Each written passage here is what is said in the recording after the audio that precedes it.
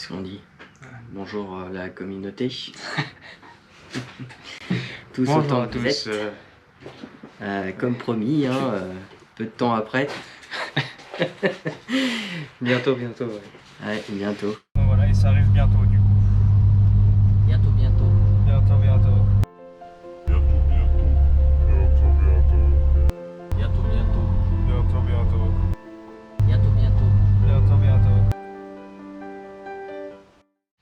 Donc, Voilà.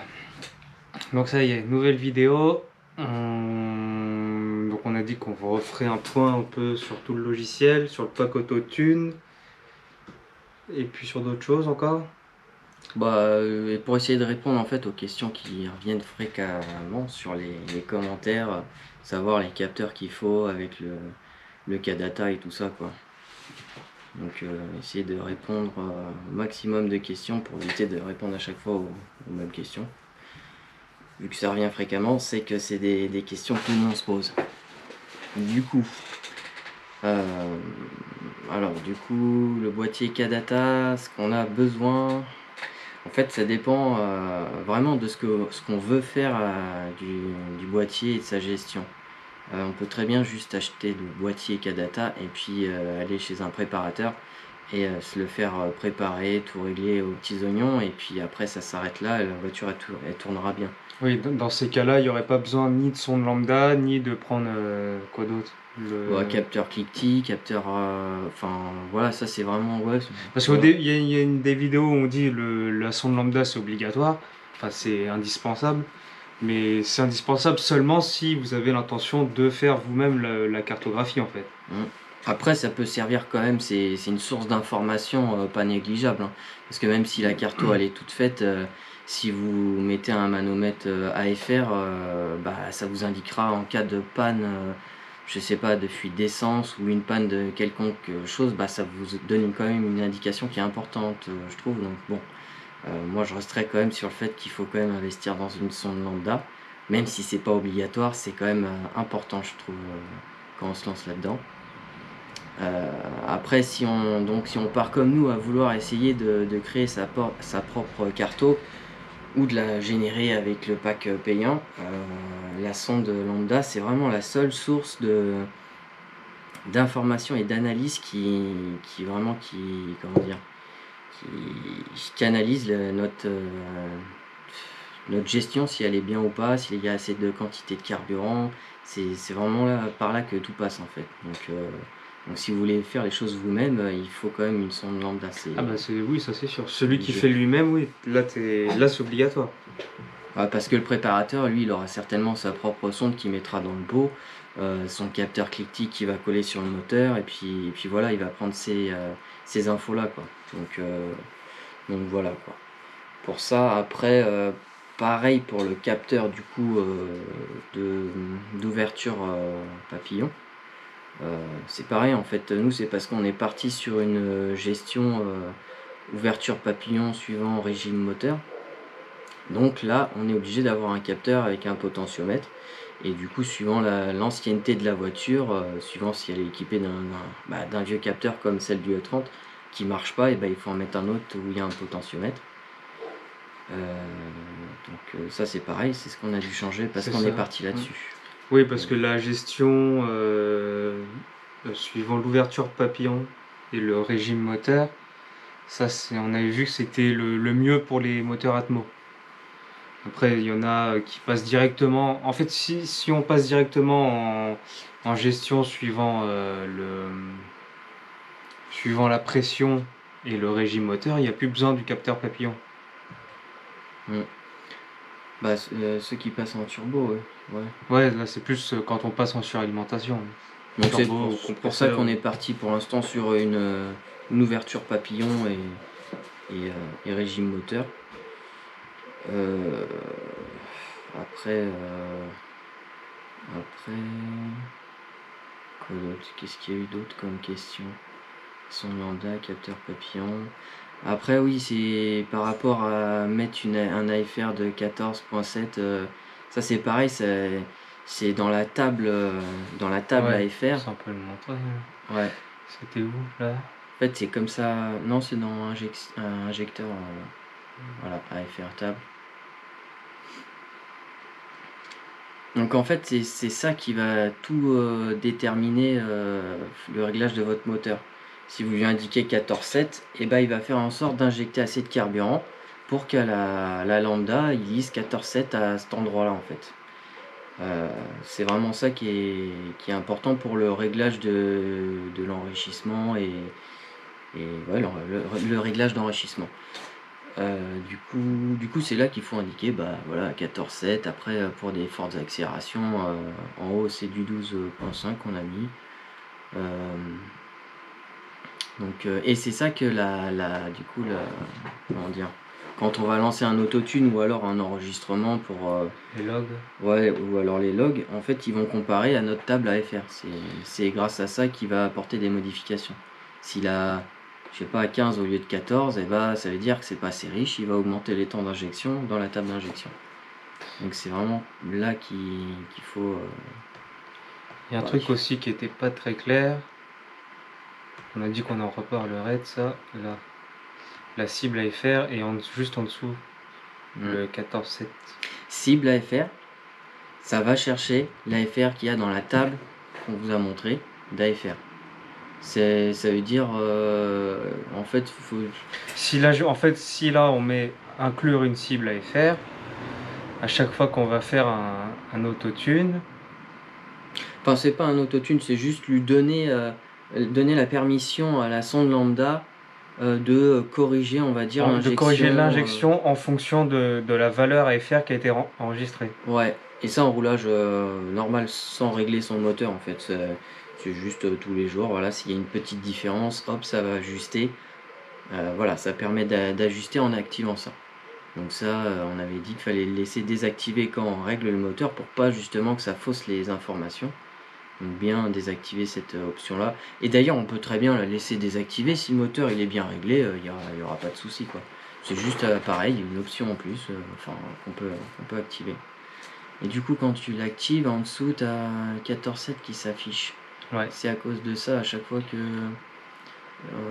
nous-mêmes, au début, on comprenait pas, on pensait que ça allait prendre cette valeur-là, mais en même temps, il y a le tableau et tout. Du coup, la sonde Ça, c'était lambda par qui rapport est... au rec fuel, non? Bah, sonde lambda que moi, c'est une sonde lambda qui est faite pour tourner à l'essence, Ouais. tu vois. Alors qu'il me semble qu'il y a des sondes lambda qui sont créées pour tourner à l'éthanol. Et du coup, elles ont un autre, AFR 14,7, c'est pour l'essence. C'est le bon dosage, quoi. Mais si on tourne avec une sonde lambda d'essence et qu'on met de l'éthanol, faut quand même rester sur 14,7 parce que c'est le bon. Ça, c'est pareil, c'est toujours compliqué à expliquer. c'est le bon dosage, quoi. Si on a une sonde lambda pour l'essence, après, c'est par faut rester à rapport 14,7. au manomètre directement, je crois. Ouais, c'est parce qu'en fait, c'est quoi déjà? C'est pour 14,7 grammes d'air pour une portion d'essence. Alors que l'éthanol, si on a une sonde pour l'éthanol, c'est 4 pour 1 gramme d'essence, on va dire. Une dose d'essence, c'était 8 ou je me rappelle plus 9, grammes d'air. ouais, 9 quelque chose.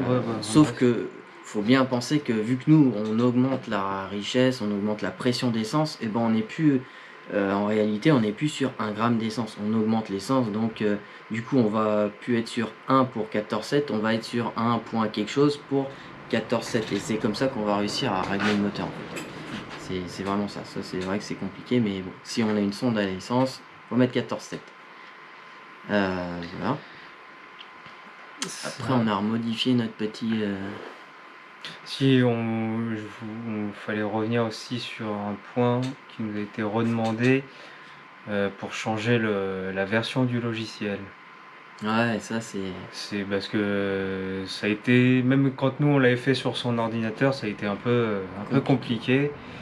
Et il me semble que c'est là-dedans, on va dans projet de véhicule. Et on va juste là dans propriété du projet. Donc il faut télécharger d'abord la bonne version, celle qui est déjà dans la description de la vidéo. Enfin, je vais la remettre dans cette vidéo là au pire. Et alors je crois qu'il fallait faire ça autre, ouvrir et puis aller chercher manuellement en fait la version à remettre, à installer, puis après ça s'installe tout seul. Mm.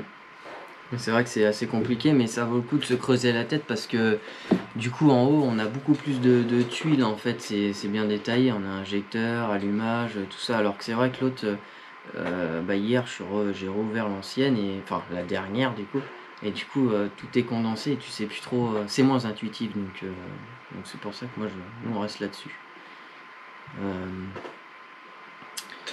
Ensuite... Voilà. Ensuite, voilà, je crois que concrètement, ouais, donc les capteurs qu'il faut et tout, c'est vraiment, en fait, ça dépend, vous, votre projet, quel type de véhicule c'est, si c'est atmosphérique ou turbo, c'est ça qui va définir ce que vous allez avoir besoin d'acheter ou pas, quoi. Si vous le faites vous-même, si vous le faites faire, c'est pareil dans la fin de la vidéo, bon, on vous a montré un colis, en fait, je sais pas si vous avez fait attention, mais au cours de la vidéo, en fait, la pièce était posée sur l'établi et du coup, on a fait style qu'il était encore dans le colis à la fin, mais bon, voilà. Du coup, ouais, c'est qu'on a acheté un capteur de cliquetis, toujours chez Kadata, et du coup, voilà, quoi, on l'a installé, et du coup, on vous fera une vidéo, pareil. Pareil, ça, c'est un capteur en plus parce que on va essayer de régler nous-mêmes l'avance à l'allumage. Ah oui, ça c'est aussi une question, tiens, dans le dernier commentaire. Bon, nous on va essayer de régler l'avance à l'allumage, et pour savoir, déjà on va passer à l'essence, parce que du coup ce qu'on peut retirer au maximum avec l'essence, en fait on aura le cliquetis avant. Du coup on va régler l'allumage avec l'essence, et du coup on a besoin de ça en fait. Chose que si on va chez un préparateur, lui il aura son propre capteur, et du coup il va régler directement l'allumage. Donc ça c'est encore un truc pas obligatoire, c'est juste des informations et des données en plus pour contrôler et régler les choses, quoi. Donc ça on vous montrera tout à l'heure l'installation. Ouais, mais je pense que de toute façon, le cliquetis, on fera certainement une vidéo que peut-être pour ça. Ouais, Pour on l'instant, il est verra. pas encore. Non, Il est branché, mais. il est branché, et on a trouvé pourquoi ça marchait pas au départ. Parce que c'est vrai que c'était encore un truc où je branche, et bon, c'est toujours pareil, hein, au final c'est des erreurs c'est un truc à modifier, et puis hop ça remarche, mais quand on connaît Oui, puis pas il là faut chercher, quoi. pour le coup, il n'y avait pas de notice, il n'y avait rien du tout Ouais, avec. c'est clair, il n'y avait pas de notice, hein. C'est débrouillez-vous. Oui, dans le dernier commentaire, il y a aussi une question comme ça qui demandait comment le calculateur il arrive à savoir l'avance à l'allumage. Donc je pense que c'est simplement avec le palpeur de régime, là, le capteur qui est sur pas le volant moteur, la poulie damper. Mhm. Il y a le capteur, et en fait c'est par là que tous les trucs de l'allumage se font en général, avec le petit repère qu'il y a dessus, donc c'est comme ça qu'il détermine le point d'allumage, tout simplement. Donc voilà, maintenant on va passer sur la version payante qui Oui, coûte une cinquantaine d'euros, je crois. oui, C'est pas la plus chère, hein, c'est Il y a mieux. plein, alors ils font Ouais, plein de packs différents de l'autotune, plus d'autres choses. Il y a une version payante, il y a une version encore plus chère où je sais même pas ce qu'il y a en plus dedans. Donc nous, on a juste pris la version payante de base, le pack de base. ouais, celle qui est, enfin de base, je sais pas, mais elle était à peu près à 50 euros, et on a pris celle qui nous intéressait, donc c'était pour avoir du coup l'auto-apprentissage des temps d'injection. Donc l'autotune. En fait, ça c'est ce qu'on peut faire avec les logs et méga quoi? Mais Méga. Megalog Viewer. Voilà. Sauf que Megalog Viewer, là, il faut faire un enregistrement, s'arrêter, étudier les données. Ensuite, ça modifie les temps d'injection sur le tableau. Il faut après la réintégrer dans Tuner Tuner Studio. Studio. Donc c'est un peu plus long, donc voilà, mais ça marche très bien, hein. Au départ, on a réussi à régler une carto pas trop mal, ça marche très bien. Sauf que avec ça, ça le fait en temps réel et ça modifie tout en temps réel. Donc c'est quand même beaucoup plus rapide. que l'autre. Donc voilà, Oui, la en fait, partie là-dessus. sans la version payante, on peut faire la même chose, mais ça sera juste plus long. Voilà, plus de manip et tout ça. Alors que là, ça Il va modifie falloir faire, directement. voilà, d'une part les bas régimes, ensuite les milieux de régime, après les hauts régimes. Oui, parce qu'en Là, plus, on est bridé. En fait, c'est des points de contrôle et on est bridé au nombre de points de contrôle. C'est pas on fait un enregistrement de 400 km et le logiciel il va pas étudier toutes les valeurs, il va se couper à un moment parce ah que oui, oui, justement oui on a la aussi, ouais. version gratuite. C'est ça aussi, donc faut en faire plusieurs. Donc voilà, ça marche très bien. Et après, donc voilà, ça c'est le premier avantage de la version, enfin c'est le plus gros avantage de la version payante. Mm. Mais après, il y a plein d'autres choses aussi à voir. Et bien sûr, pour utiliser ça, il faut avoir la sonde lambda large bande toujours parce que lui il va se servir des valeurs lambda pour savoir s'il manque du temps d'injection ou s'il y en a de trop par rapport à notre tableau d'AFR. Et du coup, ça va apporter. On mettra une petite photo parce que j'ai plein de captures d'écran. En haut, il y a les cellules. Bon, on l'avait déjà expliqué, les cellules qui sont jaunes, qui passent sur vert clair et vert foncé. Ça, c'est en fonction des points de contrôle qu'il a. Dès qu'il est vert foncé, c'est-à-dire qu'il a plein de points de contrôle et qu'il a attribué une bonne correction. Et puis en bas, ça montre les cellules si elles sont augmentées ou diminuées.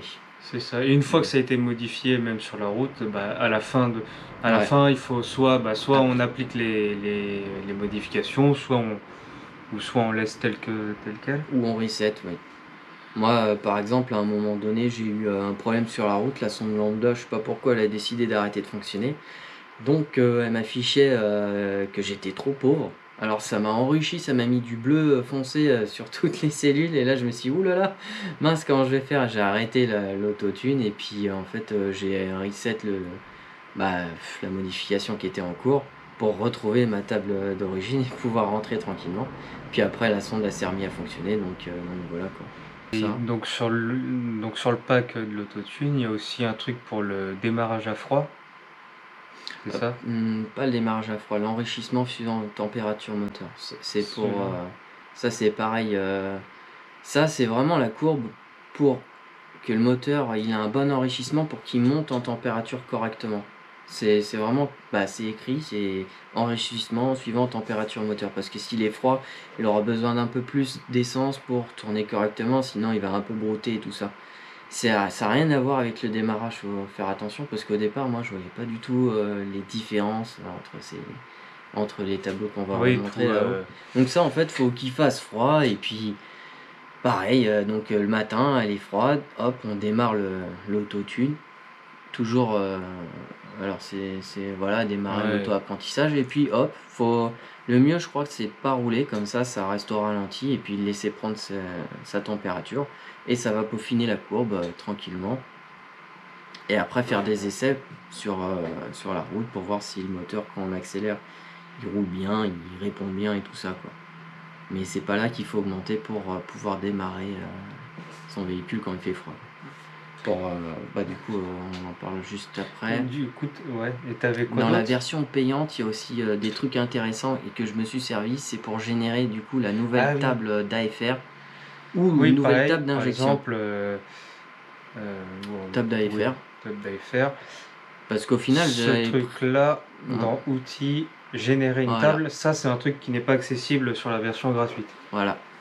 Et ça, du coup, ça nous ouvre une fenêtre quand on clique dessus avec toutes les caractéristiques, un corps de notre moteur. C'est Donc, ça. Donc, comme dans la toute ralenti. première vidéo, hein, tout ça c'est des infos qu'on trouve sur internet Ou dans la RTA. ou dans la RTA, oui. Mais c'est pas trop. Et Enfin, là, c'est pas compliqué, ça tu vois. refait du coup, ça génère une nouvelle table AFR qui est plus précise. Parce que sur la version gratuite, il considère de base qu'on est sur un moteur en suralimentation. Ouais, mais en même temps, c'est parce que Kadata, ils nous ont fourni une map un peu. Comment dire? Ouais, un peu universelle. Pas Oui, trop. oui, oui, oui. Moins personnalisée. C'est Parce que ça. là, on renseigne vraiment voilà, que le moteur il fait 129 chevaux. À combien de tours minute? Voilà, couple maximum. Donc à 430 tours minute.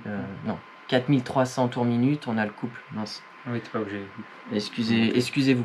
J'ai pas besoin de mettre la main parce que c'est vrai qu'il y a la souris qui est là. Donc, coupe le maximum, je disais, à 4300 tours minute. Tout ça, c'est beaucoup plus précis et du coup, ça va nous peaufiner la FR par rapport à tout ça. C'est ça, parce que aussi, du coup, dans la table qui est gratuite, donc au lieu de s'arrêter à 100, on monte jusqu'à, c'était combien, 230? Je crois que c'était 150. 150. Du coup, en fait, toutes les cellules qui sont au-dessus de 100 ne sont pas utilisées, donc forcément, rien que là, Mm. toute la map est moins précise, du coup. Si on est en atmo, du moins. Oui. Mais carrément, ouais. Du coup, je l'ai utilisé. Ça m'a généré du coup une nouvelle table d'AFR. Après, bon, tout ça, tu peux aussi manuellement le changer. Oui, bah oui, puisque 14-7, c'est c'est la bonne recette, on va dire. Et c'est sûr que plus on veut de puissance, plus faut augmenter, marquer à 12 et tout ça. Après, si on veut de l'économie, redescendre de plus à 15. Donc tout ça, on peut le faire soi-même aussi. C'est pas non plus. Mais c'est ça qui va dessiner en fait. C'est ça qui va dessiner notre table d'injection. Et donc, ça marche aussi pour la table d'injection. Générer une table d'injection. C'est ça.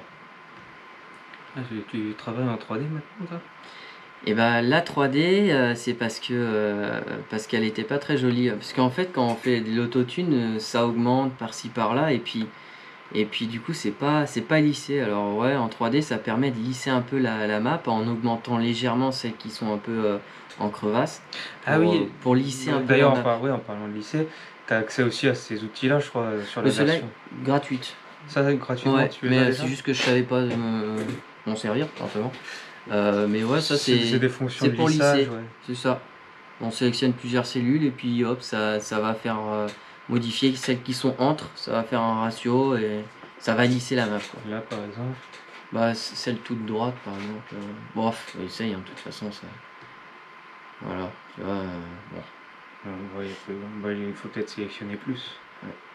Ouais, mais bon, voilà, c'est fait pour lisser Oui, la voilà. map. Oui, moi aussi, je me sers de ma main, mais ça sert à rien.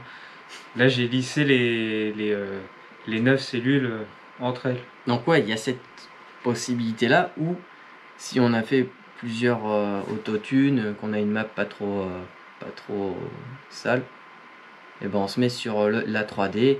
Après, du coup, on clique sur un côté, en restant cliqué, on peut la bouger dans tous les sens. Et hop, si on voit ici un petit trou, hop, on augmente pour la lisser et faire un beau truc. Mais ça, après, c'était juste pour que ça soit joli, quoi. Dans tous les cas, C'est du peaufinage, ça. c'est du peaufinage, tout à fait. Donc voilà, pour le point autotune. Après, il y a peut-être d'autres trucs qui sont activés mais qu'on n'a pas encore utilisé, genre ça là, diagnostic, visualisation, enregistrement RAM. Il y a encore d'autres trucs qui étaient dans le pack, hein. Il y a plusieurs options, mais bon, pour l'instant c'est celle-là qu'on s'est servi parce que Oui, c'est pour ça qu'on a acheté ça en fait. Tout ça pour dire oui, que c'est un investissement qui en vaut Ah bah oui, la c'est peine. beaucoup plus rapide. Voilà, quand on a changé la pression d'essence, bim, hop, on va refaire un tour, on lance un autotune et puis ça refait la map. Si une fois j'ai été embêté, bon, parce que pour l'instant j'ai toujours pas installé la bicarto, j'ai été embêté parce qu'il n'y avait pas d'éthanol et du coup bah, j'ai été mettre de l'essence et puis j'ai lancé un autotune juste pour pouvoir rouler propre et voilà quoi, et faire le plein d'éthanol. Non, c'est bon, voilà quoi, je regrette pas, c'est un bon investissement. C'est rapide, ça aide. Toujours si on veut le faire soi-même. Ça n'a pas d'utilité si on le fait régler par un professionnel. Et du coup, il y avait. Après, il y a les cellules du bas qui sont. Ouais, je sais pas, je pense qu'on en avait déjà parlé. Ah Ouais. oui, pour le démarrage. Enrichissement ASE, là, tu vois.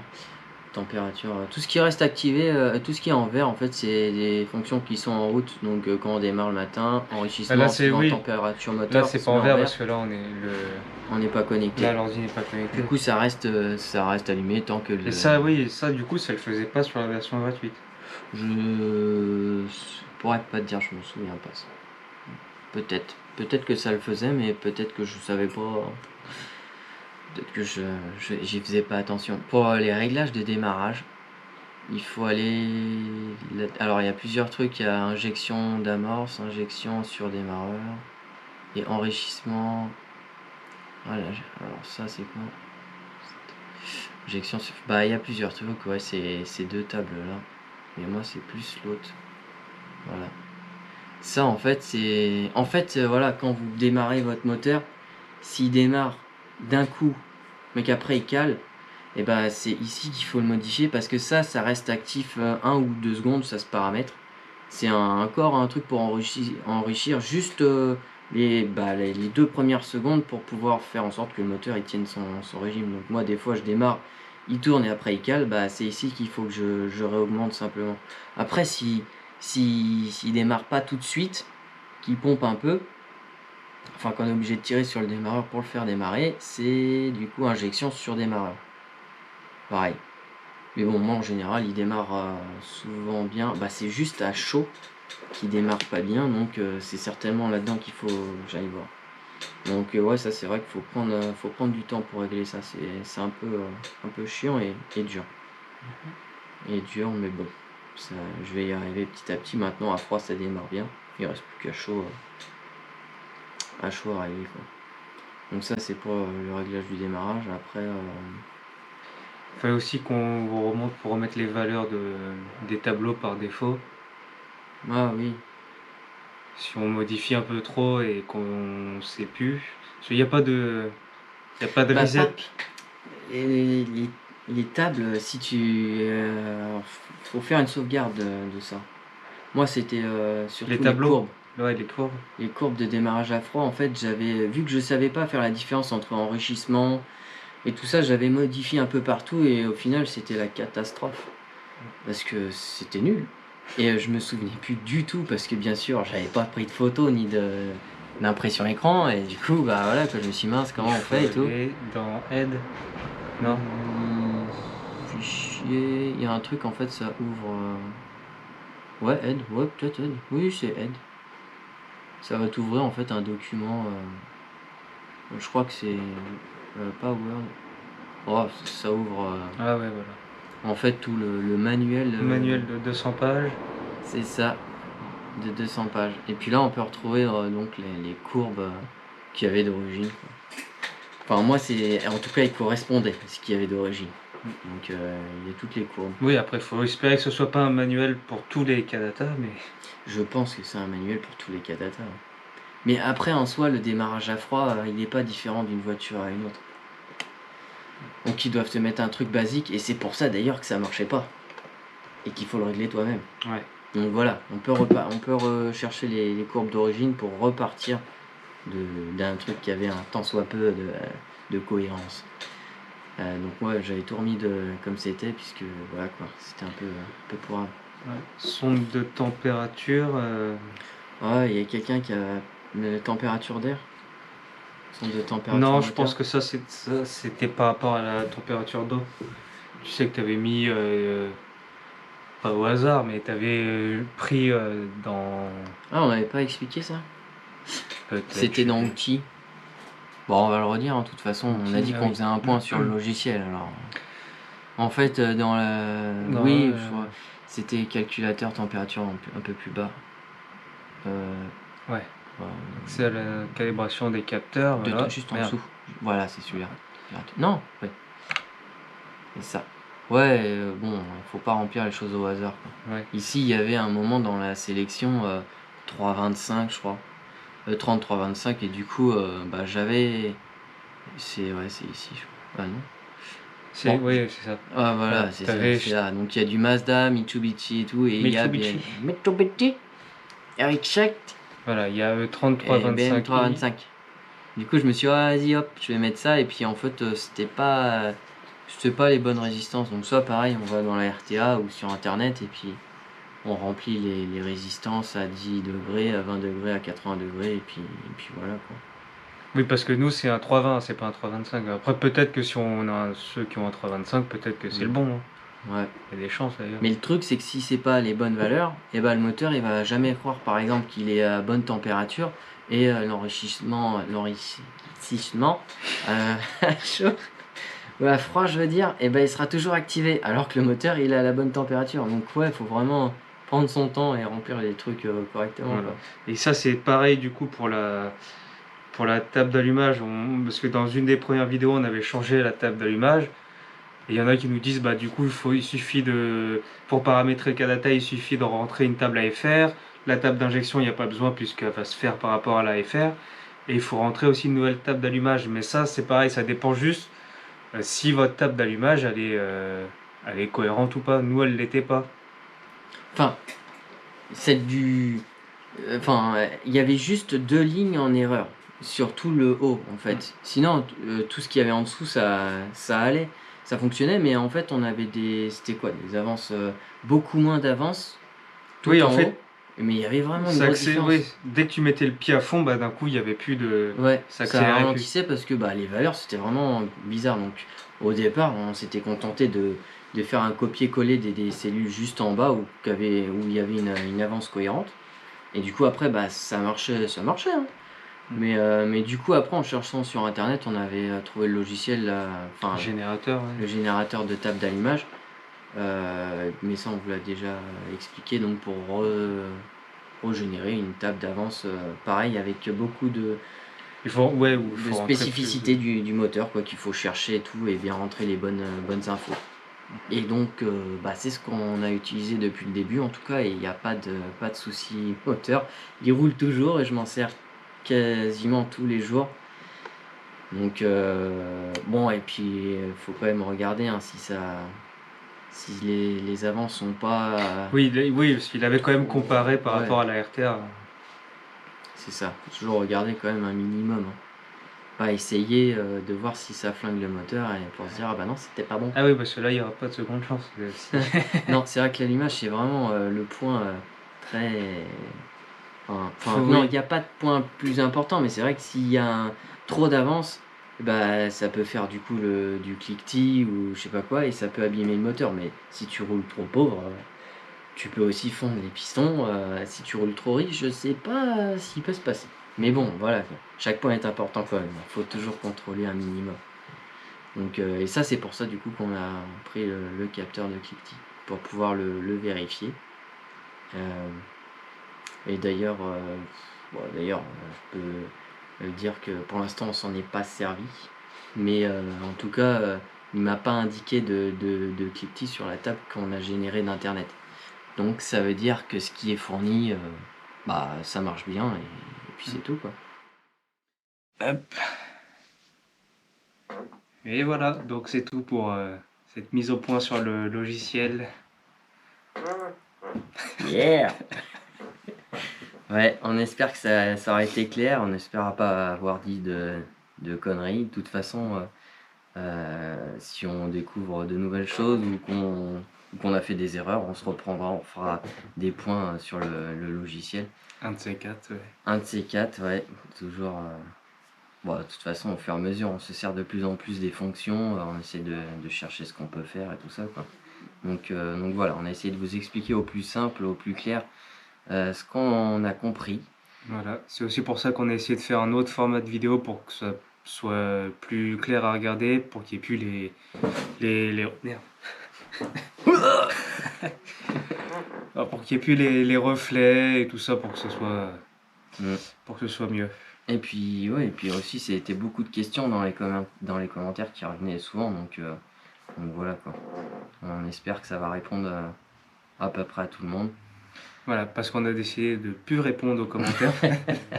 Non, non, ça aussi, on essaye toujours de répondre au plus rapide, on fait de nos mieux, de notre mieux, pour répondre à tout le monde. Et puis surtout, des fois, on a des questions dont on ne connaît pas du tout la réponse, hein. Des fois, c'est des bonnes questions, des questions qu'on s'était jamais posées, et du coup, bah, ça nous oblige à chercher, à se concerter et tout, et essayer de trouver une bonne réponse pour répondre quand on peut. Voilà. Et Après, puis si on peut pas, on répond pas. quand on peut pas, on supprime nos commentaires. On met j'aime et juste après, vite, ménage. Voilà. Donc voilà, et puis du coup, bah là, il y a la prochaine vidéo qui est déjà tournée, donc qui arrive bientôt. Ouais.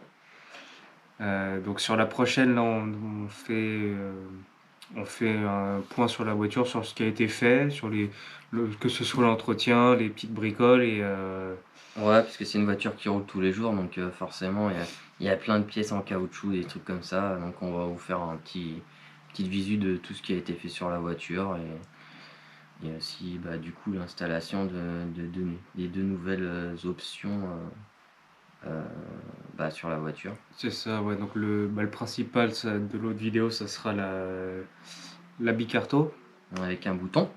voilà. Et aussi les passages de pied à fond, c'est ce qu'on a parlé, je crois, tout à l'heure. Ouais, donc ça aussi, on vous remontrera ça en détail. Donc voilà. En espérant que ça vous plaira. Bon, allez, à plus. À plus, à bientôt.